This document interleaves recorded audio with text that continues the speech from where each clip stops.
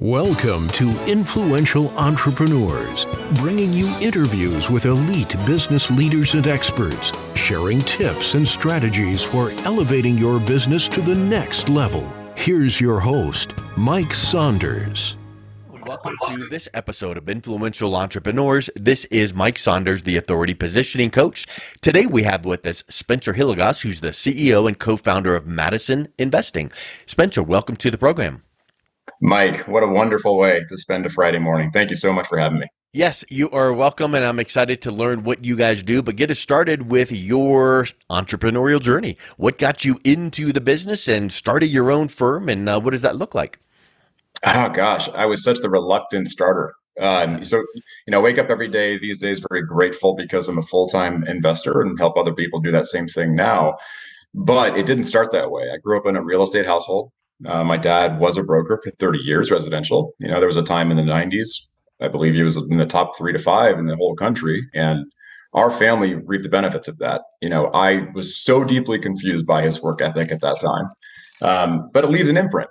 We all role model after our parents, whether we want to or not. And seeing that experience, like going through that with, working for his business as a teenager, scared me into tech companies. It's not exactly. You role modeled opposite of where he's going because you're like, maybe I don't really like that model. Right. And I mean, at a fundamental level, so many of us just sit there and say, I'm not going to do the same damn thing that my parents did. Right. I got to carve my own path. And so I went into tech and somehow found myself in 13 years across 5 fintech or finance tech, just software companies, in leadership roles, and as a guy who grew up as kind of a punk rock, metal kid who thought I was so contrarian and cool, it was a very different path than I could have ever imagined. And I did cherish a lot of that. It was also pretty darn hard working 80 to 100 hours a week, going early stage. And it kind of, started out big corporate, was at Intuit, for example, for 5 years. And that leadership track brought me from a customer support rep to leading teams of 200 people at the age of 27, way in over my skis. That's how you learn. And I sought out more and more challenge by design, even for less cash at times, big decision points there along the way, and saying, how do I surround myself with really capable people who can just outclass me like crazy? And that inkling, I don't know if it's a masochistic thing.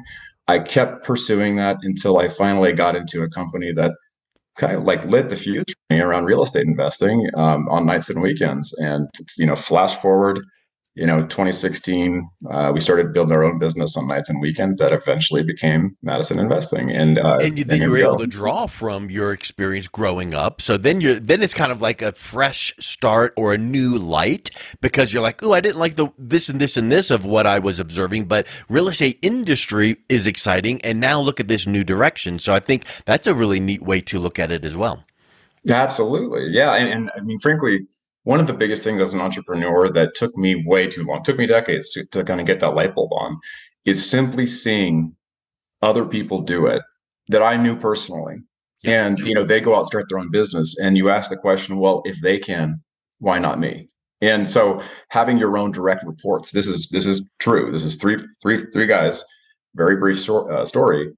I was managing them at this company. I was brought in to grow their loan origination team and build their training infrastructure at this company at the time called Lending Home. They've rebranded since, but basically, they're doing 600 loans per month for fix and flippers. And I'm growing this team and managing these really capable people, but then they'd stick around for 3 hours to 4 hours after the lights went off and they worked their butts off. And I was sitting there going, I don't want to pry, I'm fine if they do a side hustle. But what the heck are they doing? I mean, flash forward a couple of years later, they're putting in they're putting the resignation letters, and they're going off and building what has now become this epically large, massive company, a portfolio based out of Texas. And that's just one example where I'm like, I respect the heck out of those guys, but I don't think they have anything special that I don't have, And so that was really the impetus and the spark for me. And then I started devouring education from there. But I won't bore you with how many podcasts and books that I read for the next 18 months after that spark happened. And hopefully you keep reading and keep being on and listening to podcasts because as Tony Robbins teaches, constant and never-ending improvement. That's a wonderful quality to have. Oh, man, it is. it's a lifestyle choice now, right? And I think I love, video games. I love playing guitar. I love these things that are very enriching, but it's a hobby Yeah. to learn and develop. Yeah. And I think that looking at entrepreneurship and sitting back inside, 26 up to 2016 or so, when I first got the bug to go out and start our own thing, I knew I could offer something else. I knew I could do more. I knew I wanted to move quickly and kind of break things in service of building. And we were, just to kind of give the context financially, like dual income household. We were very comfortable, but not in terms of practical hours spent with our kids. I mean, I have two kids now, two young kids. And at the time, I remember one particular moment where I didn't see our infant son. This is a few years ago for like 2 week period because I was going in so early, coming home so late, and those quote unquote unicorns that I've worked at, at least three of them that have all been $1 billion plus valuation, and like that, those aren't humble brag points. Most of that doesn't equal anything equity wise on the back, anyways, because they all eventually go down. but I bring it up because I wanted to figure out what the heck is the off ramp. And Like you want it to be part of success, but success your way. that's right. And knowing that, we were dumping money into things like 401ks. We were celebrating maxing those out, but at the same time, very much trading time for money, making positive impacts on other people within the W-2 world context, the corporate context, but honestly sitting there going, well, there has to be a better way. So we started just passively investing our own money, not planning to do entrepreneurship stuff, buying rentals locally, learning the hard way that those are not passive investments at all. Those are very much active. Right. Buying some more stuff, building a portfolio out in the Midwest with some single family rentals. That was like phase two, if you call it that. Phase three was we're going to go invest in these bigger deals like funds, apartment buildings, self storage. So we went through all that stuff.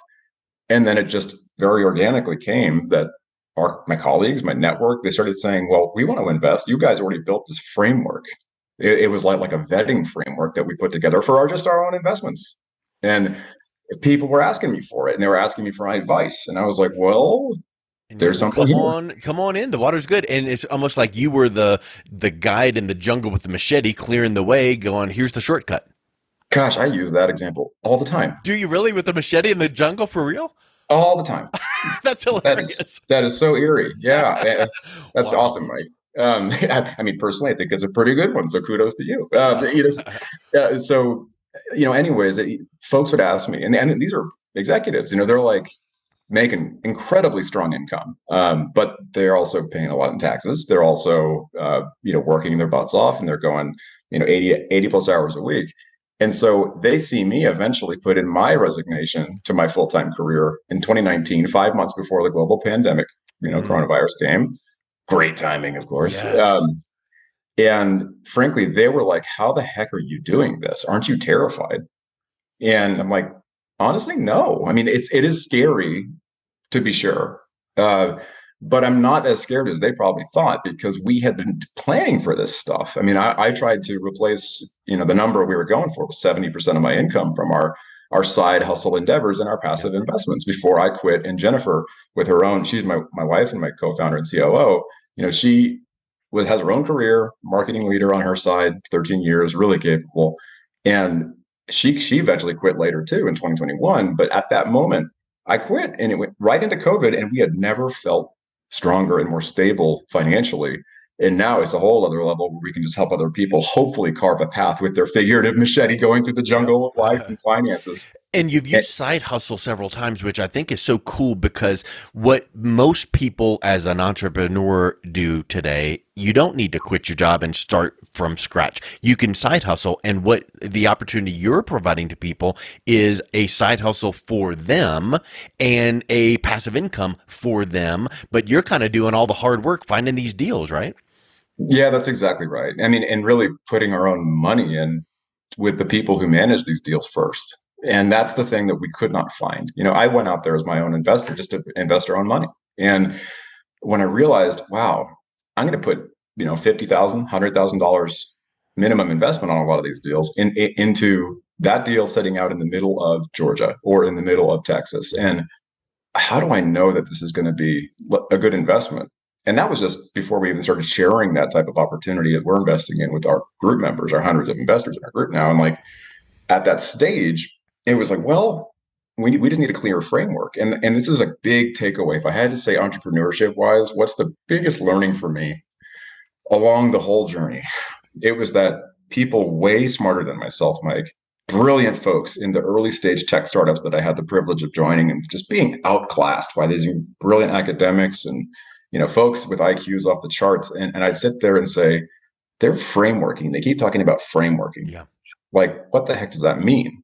And I mean, you and I were chatting offline before we hit record today, and you walked me through like a really articulate framework, and one of many for how you can go and like build the foundation of a killer business, right? And I think that here it can mean anything, but I built a framework, like a 5-part framework, and it's for vetting these deals for our own personal investment. Now, folks that come to us are like, oh, that's really valuable. Like, can you just basically go do all that, to exactly your point, Mike? Like, I agree go do with all what that. you just said. Yeah, they're saying, I agree with all that. Now can I just have you do it for me? And you're like, no, wait a minute, maybe I can. And the other thing that I want to make sure that we put a pin in and make sure that it's understood.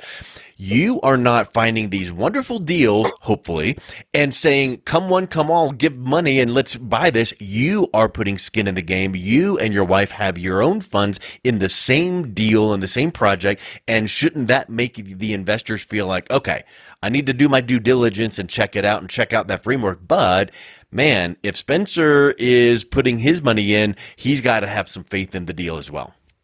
Absolutely. I'd say that we took it to such an nth degree compared to what you typically would see out there when we were looking for stuff to put our money into. Like, we would just see deals marketed like crazy. You sign up on a list, people send you their deals, and you're like, oh, well, what do you know about this deal that you're sharing? And oftentimes they don't know much, let alone are they putting in their own money. Well, they usually don't have that much to put into it, which isn't a character judgment. It's just the facts. But we'll even put our money in with these teams to make sure that 2 to 3, 4 quarters pass where we're getting money, like distributions back from them, like cash flow from them. We're getting reporting. We see that they are real people. This ain't a Ponzi scheme at a base level, right? And that's scary terminology for people, but this is not chump change. Like, even on this quote unquote smaller investment amounts of $25,000, $50,000, right? That's a lot of money. And I can't sleep at night knowing we're introducing a real estate operator, also known as the sponsor, sitting in the middle of the US and finding these deals without having gone through all that with them for a period of time, and like putting our own money on the line first. So like, that's why we do what we do. Is like, I couldn't find that for myself and for our capital. And I love that, and I love how you focus on not just, hey, I'm in real estate investing, come let me do whatever you want. No. You have a really specific niche on multifamily self-storage and things like that. So it really is a different class of investment. And why did that bubble to the surface? Yeah. So the first thing I heard from other folks, all the advice, right, quote unquote advice, that we all receive in life from every possible direction, and we have that critical moment of, do we choose to actually follow that advice, or do we just take note? And everyone would say, oh, isn't that a big jump for you guys to go straight from, you bought a local rental, which we still own now, and in California, paid way too much for it for how much cash we get out of it, but hey, we went from that, and then eventually jumping into these deals for like a 200 unit apartment building, or like a 300 unit storage facility in North Carolina, right? Like, all these deals, they sound big and hairy and complex and scary to other people, but frankly, on a spreadsheet, the mechanics are very similar. And so it's just maybe a couple more zeros, and it takes a team. It really truly takes a team effort to go and buy a 20 to 50 to $80 million apartment building. Yeah. And once we kind of got that, it was like, this aligns to my very operational guy brain. And that framework. Yeah, that's right. I mean, I'm a guy who likes to predict whatever can be predicted. Both Jennifer and I, we come from that corporate background where it's like, I can barely swing a hammer, and I thank God for YouTube every day because it helps me around the house. But I would say I cannot do that side, but I know partnerships, and I know frameworking on operations, how to do a financial forecast. And so in that regard, the big deals were just more stable and more predictable, and all those things that sound so fundamental when you say them out loud, but most people, like, I struggled with this, is like a rental that we own in Kansas City, Missouri. We have a tenant that leaves. That occupancy, that thing was full 100%. They leave, it's at zero the next day. Yeah. And no rent coming in. It's a liability fully for you now. On the big apartment building, one person leaves out of 400. You don't feel it as much. You don't feel it that much, Yeah, right? And that's so a great point. that dynamic really opened my eyes of the economies of scale that was possible, but also just like take the fear out of all this. It can be managed. It can really be sized and predicted to the best as of my financial forecasting can be.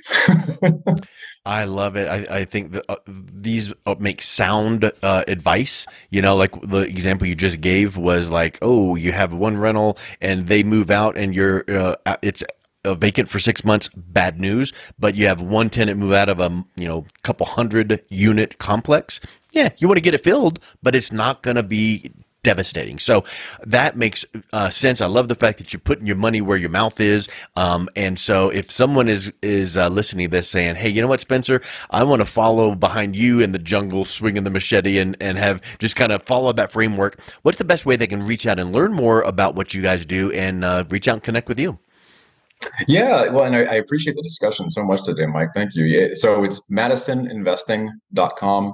That's our website. Ton of info on there that's helpful. But we're really excited about just launching a killer new resource. It is free, it's a no obligation resource, and we were asked to build this type of thing by our investors. And so we put it together for anyone that's kind of at the high level first steps of education on how to go do that type of investing that we had to figure out with our figurative machete, like we're talking about, Mike. So it's the blueprint for passive investing. Folks can go to our website and they can just sign up for that, download it, and they'll start getting an email series over the course of 7 days that they can then go and apply in their own lives if they'd like to. And so, and of course, we are accepting new members, for our investing club as well.